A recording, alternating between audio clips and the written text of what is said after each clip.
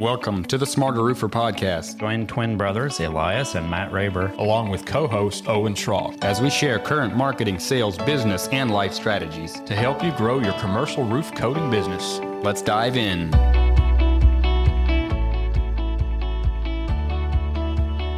Well, being it's the holiday season, the season of giving gifts, today we have a gift for you. I'm actually sharing the closing keynote presentation from the last Smarter Roofer conference. I didn't get a chance to hear this, and it didn't really sink in at the event just because we had a lot going on. But while editing the video here a couple weeks ago, I was like, wow, we really have to get this message out. And so in today's presentation, Clay Shiver, a former NFL player, shares three key things that business leaders need for success. And he has especially a very powerful closing idea and thought. And so I wish you a great holiday season and enjoy this episode. Man, what a backdrop. If you could ask for a backdrop, right? And did he set the stage or what? Wow. Lee, that's a hard act to follow. I'm glad they put the auction in between so I could kind of have a little leeway room here. All right. Well, this is it. And it looks like I get the honor of landing the plane or being dessert. I don't think of myself as dessert. I like dessert. But there's nothing like having a really good meal and being super full and then having a bad dessert, or if, you're going to land the plane, you don't want to crash land the plane. So we'll see what we can do here in a short window, because I know everybody's stirring. Man, what a full, when you think about it, it feels like it was like a 3-day weekend conference. But when you start thinking, man, it was yesterday and today, man, are you guys full like I am, right? I mean, it's been a great conference. It's been really surprising to me. First time at Smarter Roofer. And I can't tell you like how impressed we are as Max 4 coming in and what the Raberns have done here and what they've continued to build. And then Owen putting things together behind the scenes. And I know he's still working back there in the booth. So thank you guys. Thanks for having us. It's an honor to be on your stage, and certainly an honor to wrap things up. So I did play for the Cowboys. We'll get to some of that.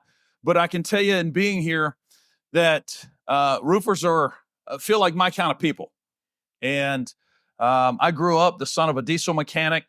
And so anything diesel we did. And now what's crazy is my father has passed that business on to my brother. So I grew up in a family business. My mom did the books, right? Any wives out there doing the books, right?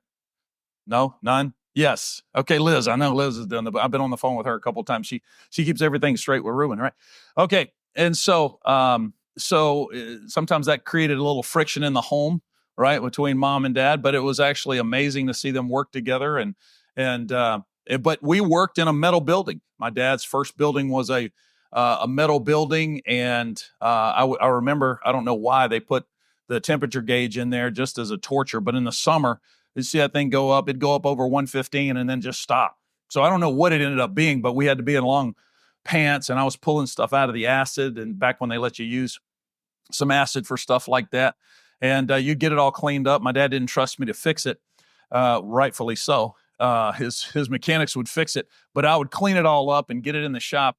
But man, I saw, truckers and farmers come through our shop over the years there in South Georgia. And it was just an amazing kind of situation growing up. I didn't learn probably as much as I would have liked to from that side of the business, but that's not the direction I went anyway. And but it feels, whenever I'm around roofers, it feels kind of the same as a lot of the people I grew up with. So I'm excited to be here. I'm excited to be on the team with Max 4. I get to be something called Chief Culture Officer. Now, you say, well, what in the world is that? Well, maybe I'm still figuring out. But before I coached high school football for a period of time, before I did that, I had a background in executive coaching and leadership development. Had started a couple of businesses, and then found myself coaching executives and sorting out their problems and actually felt like I was getting pretty good at it. And then we kind of changed directions. And so now I feel like I'm coming back to more of that. And it's a lot of fun. I get to work with high-level leaders, and there's nobody better, I'm convinced, to work with than Justin and Ray, and men of integrity. And so my job is fantastic. I love what I do. We just put on a leadership event in Tennessee. Raise your hand if you were at our event in Tennessee. I know you guys were. Yep. And so, a few of you guys. So good. And so, man, it was fantastic. And it was something we did for $29. And I said, Justin, if we're going to make it $29, we're obviously putting money into this as a company. Why don't we just make it free? And he said, if we make it free, they're going to think we're going to sell them a timeshare or something, And I was like, well, that's a good point. So, but yeah, we were in the Tennessee mountains there, and it was a fantastic time. So it was a lot of fun. Now, one of the things that I get to talk about and have talked about is culture.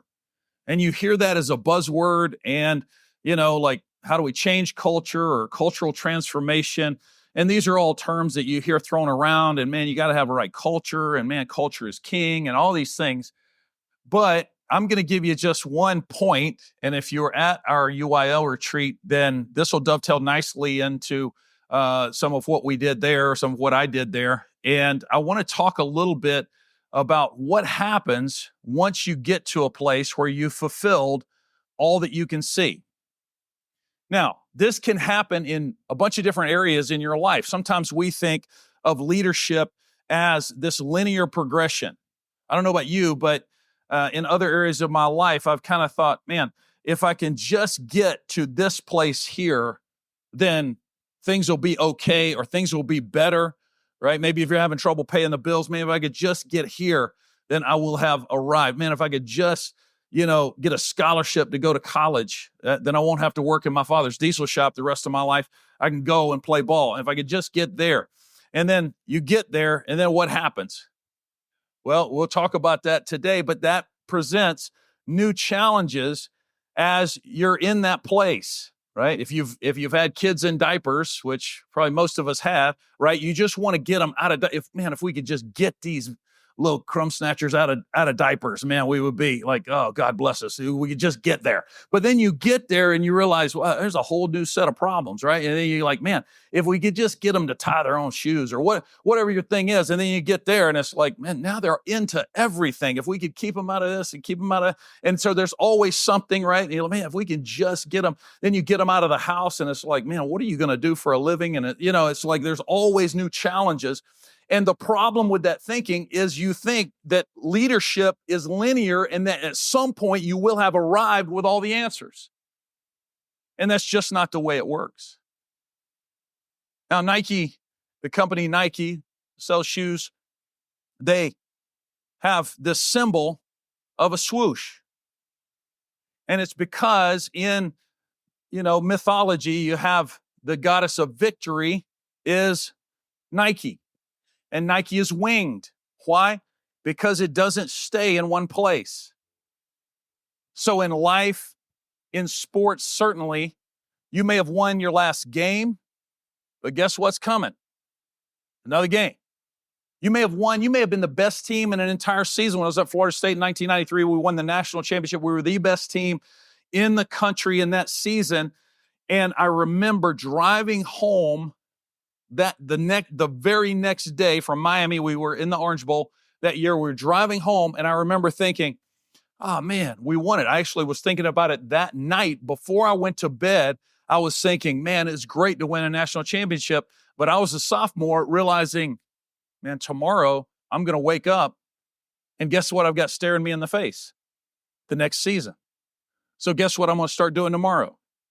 I got to get ready for the next season. And it can be this ongoing pattern if you want to stay up with victory, because it doesn't stay in the same place. And we come to a conference with game on as the theme, and I can't help but lend myself to this idea of victory. If we're going to play a game, I want to win. I don't know about you, but if I'm going to be involved in something, I want to win. I got anybody else out there with me? It gets a little competitive spirit. You want to win the bid. You want to win the roof. You want to be the guy on the job. Not just, man, can we get one of them? that may be the way you start out, right? Especially when you got no roofs, you just get one roof. But once you get them, then you want them, before you know it, you want them all. I don't think there's anything wrong with that. If you're going to play, you might as well win. And if you're going to win, you might as well win them all, or at least try to. See where you land. Now, this idea of this moves, that victory moves, and you got to keep up with it, presents sometimes a problem because we have to change. And we think, well, this is just who I am. Man, I am who I am. I'm going to tell you, if that's what you're stuck in, you got a problem, because everything else around you, including the planet, is moving. Seasons are changing. Everything changes. The people around you are changing. Your kids are changing. And if you stay in the same place and you don't grow into those positions of leadership, then you're going to be stuck. You're going to be stuck in that current reality. You're going to be stuck in a place where you start to develop a real comfortable pattern, and you're going to be stuck on you. Henry Ford said it this way: a man who is unwilling to change is already dead. One of the other authors said, most men die at 27. We just don't bury them until they're 72. And there's got to be something that happens in you that says, man, I want to grow more, not just in my business, but as a person, as a man, in my case, as a father, as a husband. If I'm going to do this, not just in business, not just in the public speaking that I do, but in leadership and in every way, right? From the stage to the kitchen, from the boardroom to the living room, if you will. Man, I want to do it with a sense of excellence and a sense of integrity. And I believe that's what I've been fighting for all my life. But there came a point in time when I kind of outran the vision for my life. Ever since I can remember, I just want to, if I could be the best player I could possibly be at Florida State and then go to the NFL. That's what I remember telling people, hey, what do you want to do? I want to be the best player I can be in college at Florida State University, and then I want to go to the NFL. So guess what I got to do? I got to live that dream. So I played at Florida, came out of high school, was signed by Florida State. I was, at the time, they signed me as a center. Linemen at the time were routinely about 300 pounds. I was about 240 pounds at the time. When I got to Florida State, they said, you got to get to 300 pounds. We want to get you to 300 pounds as quickly as possible. I never made it, not through my whole career. I was the smallest starting offensive lineman in the NFL when I was at Dallas. Okay, so I had to be stronger, quicker. I had to find a different way to do it than other guys. I had to find a way that fit my frame. But guess what? I became a pretty good player at Florida State. Two-time All-American. I was 2 times Jacobs Trophy winner. Not to pat myself on the back, but I want you to understand this so you understand where I'm going. The Jacobs Trophy is awarded to the best blocker in the entire conference. And so I won that my junior and senior year, was All-American both those times, and then was drafted and went to Dallas. I go to Dallas. I get to Dallas, and everything seems to be going well. Aside from that first snap with Troy Aikman that I mentioned earlier, it didn't go well at all. But everything's, plugging right along. And then I get into training camp. And in the midst of training camp, man, I just could not get myself motivated. I could not get myself moving. It was just like I was practicing, but I was just going through the motions. And I saw like the level of my play drop, the level of my motivation drop. And I was around all these high-level guys, but I could not get myself in a position to play. And finally, my coach goes, hey, I need to have some time with you after our meetings tonight. Training camp was 5 or 6 weeks at the time. A lot of times you're practicing a couple of days a week or twice a day. And so about 11 o'clock at night, we're done with the meetings. And he says, hey, grab a chair. Let's just sit down. Let's talk for a second. I said, oh, all right. And I knew I wasn't playing well. And so he says, hey, I just got to ask you one question. It's all right, coach. He said, have you done, like I'm watching film, I'm looking at you as a player, and I have one question. Have you done everything you want to do in football?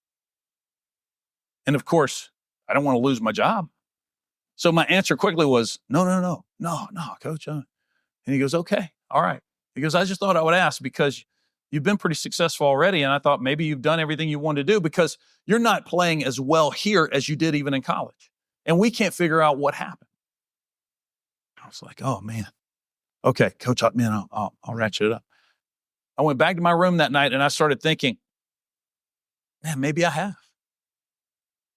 Maybe I have done everything I've wanted to do in this area of my life. And maybe I'm done. Now, see, what I know now, and I didn't know then, is the way God has wired us. He's wired us in a way, use a fancy word called teleologically, that we move toward what we see. We move toward what we think about. These things are interlocked, right? And so whatever we set our eyes on, whatever our vision is, we begin to move into that place. And if we don't have a vision, then guess what begins to happen? Is we will get stagnant. Scripture says it this way, right? Without vision, people perish or cast off restraint. And to the degree that you have a vision for any area of your life, now we're talking to roofers at a roofing conference, so we'll lead with that, but we're going to finish a little different. And so to that degree, you will begin to move in that direction toward how you see yourself. Not just now, but how you see yourself projected in the future. And one of the first things I asked young men, I was at the Conklin Business Seminar, and one of the guys said, hey, can I get a few minutes with you? Right? Which is not necessarily a terrible thing to do. You get free time, right? And this is why what I do with Max 4. And yeah, man, I need to get some things sorted out. Perfect. Let's sit down. And so I grabbed myself a cup of coffee, sat down. He goes, man, I don't know what direction I'm going. I don't know which way is up. I've just kind of found myself in a place that people are trying to, hey, man, you got to do this. You got to give me a plan. And I said, well, before all the planning, like, where do you see yourself? He's like, what are you talking about? Like, where do you see yourself in 40 years? He goes, I don't know. And I said, that's the problem. See, one of the writers that I've read says it this way. He says, a man without a vision is a man without a future. And a man without a future will always return to his past. Now, I won't tell you that's why if you ever see an entertainer or an athlete, I've had some teammates that have had this happen to them, that they're pursuing football, they're great at football, everything in their life seems to line up, and then all of a sudden football ends, and they struggle mightily to find the next chapter. Why? Because they have no other vision than football. And I live this. And I can ask you today, right here in this room, have you done everything you wanted to do? See, here's one thing that you have to understand. I'm going to give you 3 today. Here's one of them, is your vision has to be beyond your current reality. If your vision is just based around only what you can see, then guess where you're going to stay? Right in that same place. I'm in with my wife and we're talking, about, like, I'm trying to leave to get up here. Okay. I'm going to tell myself for a minute. All right. Because guess what? I need to change, right? I need to change. You need to change. I like what Henry Ford said, man, and I'm not ready to be dead. So I need to change. So, in my head, I'm like, man, you decided to do this with this heavy comforter thing, and I'm trying to pack. I got to get on a plane first thing in the morning, and I don't feel good. You can tell I'm just getting over something in my throat or whatever's going on. And you're doing this with the comfort. Babe, could you have chosen a worse time to do this? And that actually came out of my mouth. Okay, right? I'm far enough into this now. I usually keep those words in there. All right, for you young married couple, just keep those in there until you can kind of govern this thing. All right, but I still will say stupid stuff. So this comes out of my mouth, and I could tell, like, it was like she was shut down. But at the time, I was like, you know what? It's okay because I'm right. Right? Anybody been right in your marriage and it not go right? Okay. And so I was like, okay, I'll help you get this thing done. We got to get this thing done. All right. Because I got to pack. You understand? I'm doing important stuff, and this comforter thing ain't important. All right. And so that's what I'm thinking. All right. I didn't say it. All right. But then I'm walking out, and all of a sudden I catch myself. Man, how insensitive is that? When am I going to learn? And before I even hit the bedroom door, I go back in and I go, hey, I am so sorry. I was being completely insensitive. My bad. I'm sorry. And she goes, you were being insensitive. And I said, but hey, like when we started in marriage, we're 25 years down the road. When we started in marriage, I wouldn't have even recognized I was being insensitive. And she said, no, you wouldn't have. And I said, I'm doing better. And she goes, you are doing better. And I was like, yeah. Now, guys, I'm going to tell you, that's how you turn a loss into a win real quick, right? All right. And she was like, you are doing better. I was like, yeah, all right. Okay. So you got to change, right? But if you're satisfied where you're at, then you won't change. If I was satisfied at Florida State, guess what? I wouldn't have moved on. I wasn't. Even at that time, to the extent I at least wanted to make it to the NFL, right? And so are you satisfied where you're at? That's the greatest danger, I think, for most of us. It's not that we're asking too much, it's we ask too little. And we ask too little across the spectrum of our lives. How are you as a husband? How are you as a father? Now, when I ask men that, usually the number one response I get, anybody want to guess? Good. Who said good? Good, that's it. Right? I don't have Justin already gave away the $500, but sorry. So, but that's it. How are you doing as a husband? Good. How are you doing as a father? Good. Then my follow-up question is, okay, now go ask them. Oh man, that's a whole different story. Go ask your wife. Now, I'm going to tell you, that might be an uncomfortable question, but it is a great question to ask because you'll get better as a husband. Go ask your kids. Hey, I learned this, thankfully, a long time ago. I'd ask my kids, hey, how's dad doing?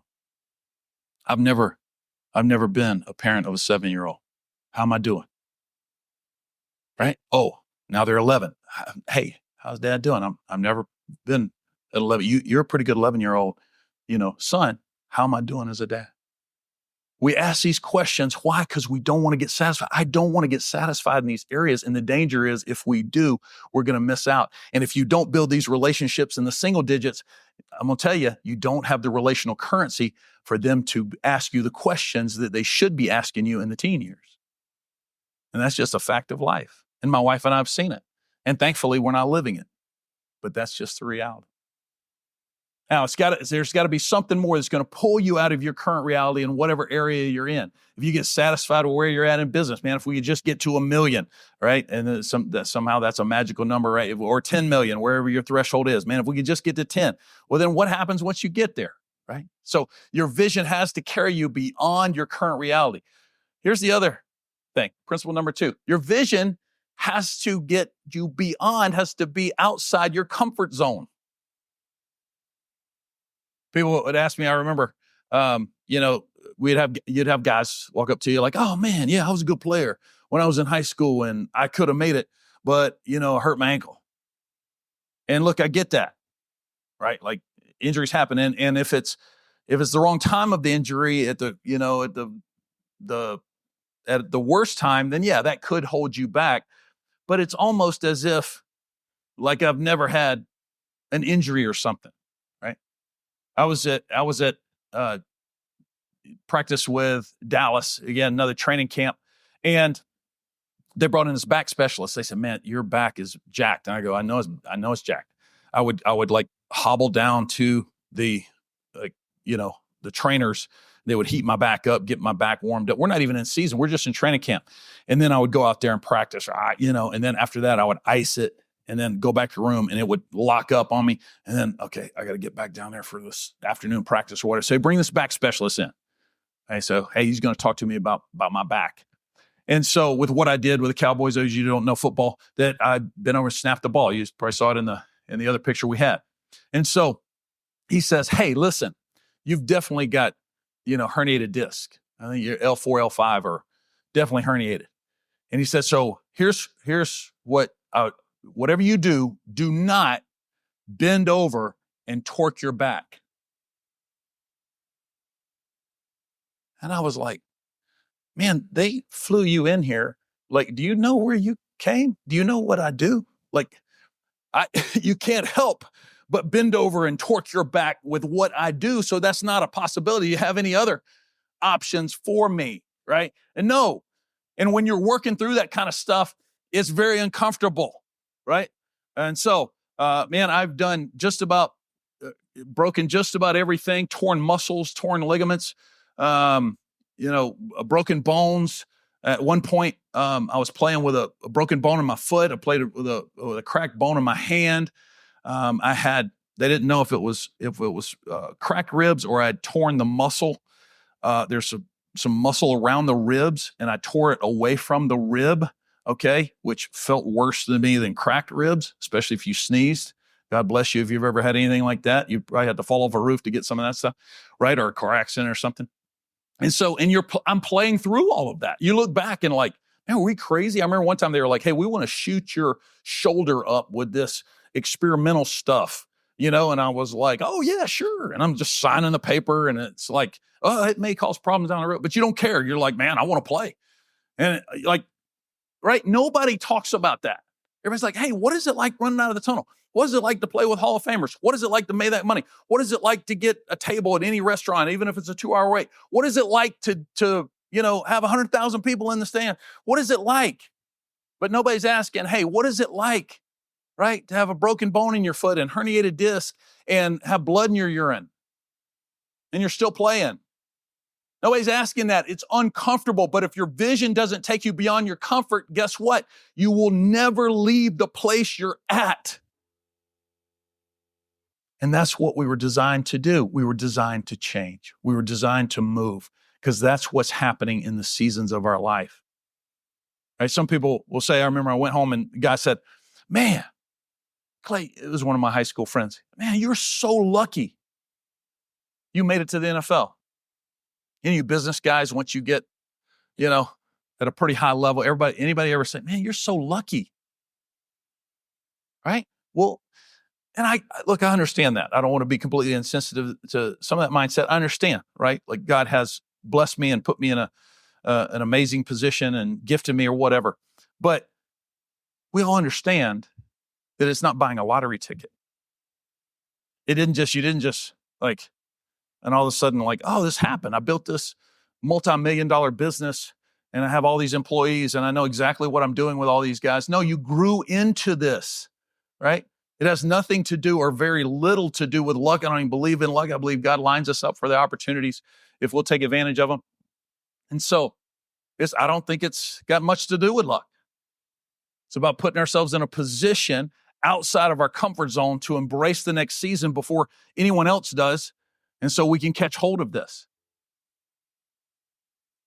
And then finally, point number 3 is your vision has to be bigger than you.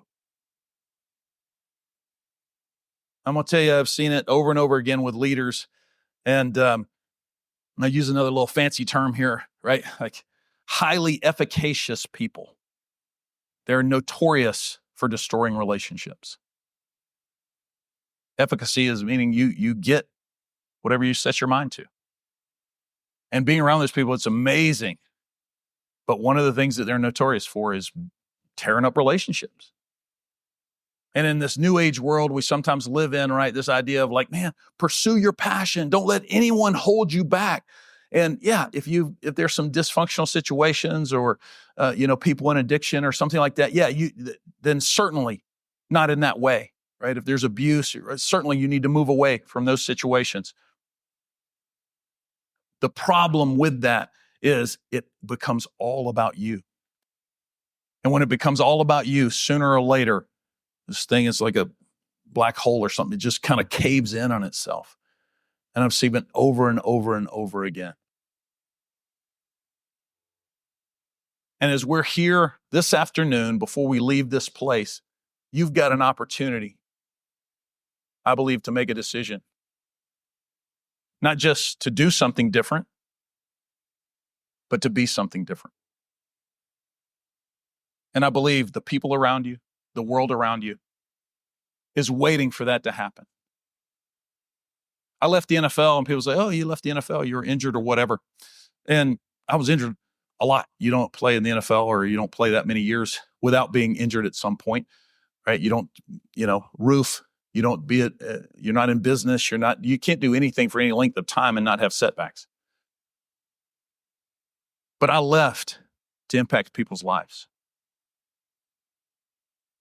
I got an email yesterday, right? 2 days ago, right before I left. I happened to be on the phone on a Zoom with Justin and Ray, and this email pops up. And I was like, oh man, I hadn't heard from this guy in a couple of days or whatever. And then I clicked it and I said, hey, guys, listen to this. And he said, hey, I just want to let you know. And I just so appreciate a few weeks back, I just had my first child. A few weeks back, I was uncertain about being a father. I didn't know what a fathering would be. I didn't know what it would look like. And you and Justin and Ray all prayed for me, all counseled me, all encouraged me on a roof. And he said, I just had my first child. And he said, man, I am so thankful for leadership and influence in my life that's taken me to the next level as a father. That's the opportunity we have. Coming over here, I'm walking through the jetway. As I'm walking through the jetway, I crossed this guy, and he was a baggage guy, and I just got my head down, and I turned around, and I said, you're a preacher. And he stopped, and he looked at me, he said, what'd you say? And I said, you're a preacher. And he said, and I said, do you preach? He goes, no, I don't preach. And I said, you need to start. Because in that moment, God spoke to my spirit, and I called him out, and he said, really? And I said, yeah, start in the shower, start in the mirror, start wherever you get a chance. And all of a sudden, his face changed. He said, man, people have been telling me that my whole life. And I said, yeah, what are you waiting on? Before we went up to our UIL retreat, it got delayed on a flight. And as soon as I got delayed, I thought, man, maybe I'm supposed to talk to somebody in the airport or something. This is crazy. And so, I'm on standby for the next flight. And so then I'm a third, and then it goes to the next flight. So I think, okay, surely I'm going to get on this flight. And because I was third on the last one. She said, I said, will they transfer over? She said, yeah, they'll transfer right over. And I said, oh, okay, cool. So, hey, they're just going to move over. I'll be third. I got a real good chance of getting on this flight. All of a sudden I show up at the next little gate, and it's like, now I'm 11th. And I'm like, what is going on, man? I'm going to miss this. My sons are going with me. I'm supposed to meet them up there. This is our retreat. Justin and I are putting this thing on. It's like, man, this is going to be embarrassing if I'm late to this thing. And so I see a lady, and I go over to her and I said, hey, listen, here's what just happened. Like, I was third, and then now I'm 11th, and, I'm losing. I want to win. And I said, can you, do anything? And she said, I don't know. I don't know what's happening with that or whatever. She said, why don't you take a seat up? Maybe I can do something or whatever. I said, oh, okay. And so I'm kind of dejected. And so I go sit down and kind of like, oh, okay, this is going to get interesting, And as soon as I sit down, I look over at this woman, and I felt like I had an impression in my heart for this lady. And so, man, I was like, it was uncomfortable. And so I kind of got up and I threw my water away and kind of came back, and I was like, she was on her phone and she had her daughter with her. And I was like, am I just going to bust up in her life or whatever? But I said, yep, this is what I signed on for. Like our painter, like digging wells, like the friend we have in Kenya, right? Man, I want to give God my full yes. And so I walked over to her and I said, hey, as I was sitting there, I believe God spoke something to me for you. And she said, who? I said, God. And so then she goes, oh, really? And she goes, okay. And I said, well, here's what I thought he was saying.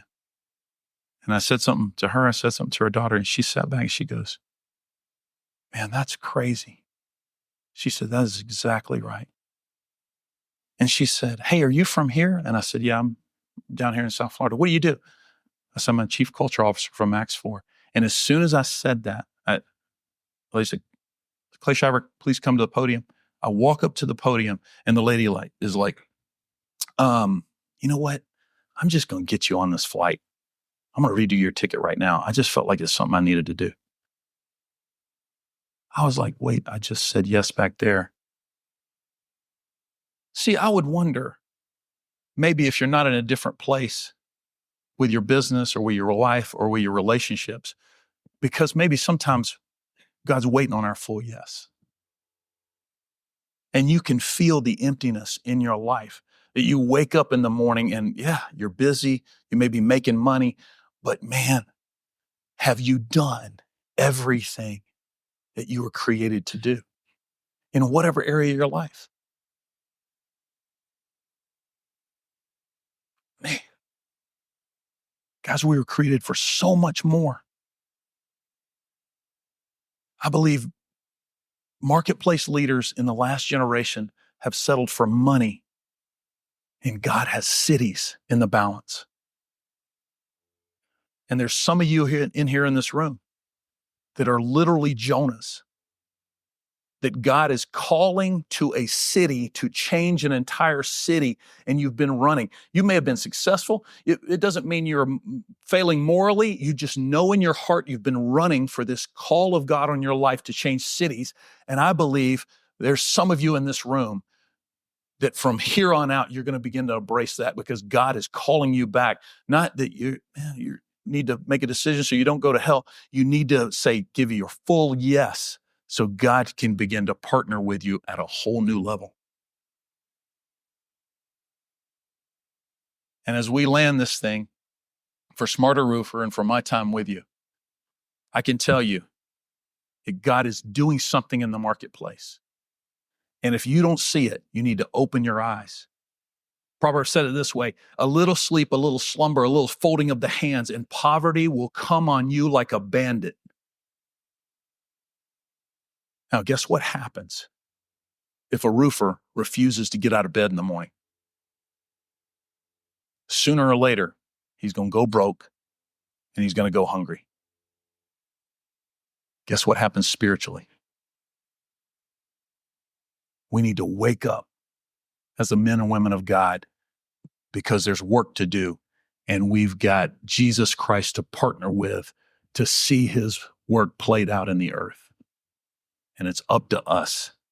And I believe for the first time in my life, I'm going to tell you, I don't tell this to people, but in the marketplace of America, it is game on. Hey there, commercial roofing pros. Save the date, March 13 and 14th, 2025. The Smarter Roofer Conference is coming your way. Get ready for 2 action-packed days of trainings and insights on the key ingredients of a successful business. Learn cutting-edge strategies, boost your sales tactics, and elevate your marketing game. But that's not all. Connect with fellow roofing business owners, meet top industry vendors, and have a ton of fun along the way. This is a must-attend event to take your commercial roof coating business to new heights. Save the date, March 13 and 14th, 2025. Let's build success together at the Smarter Roofer Conference.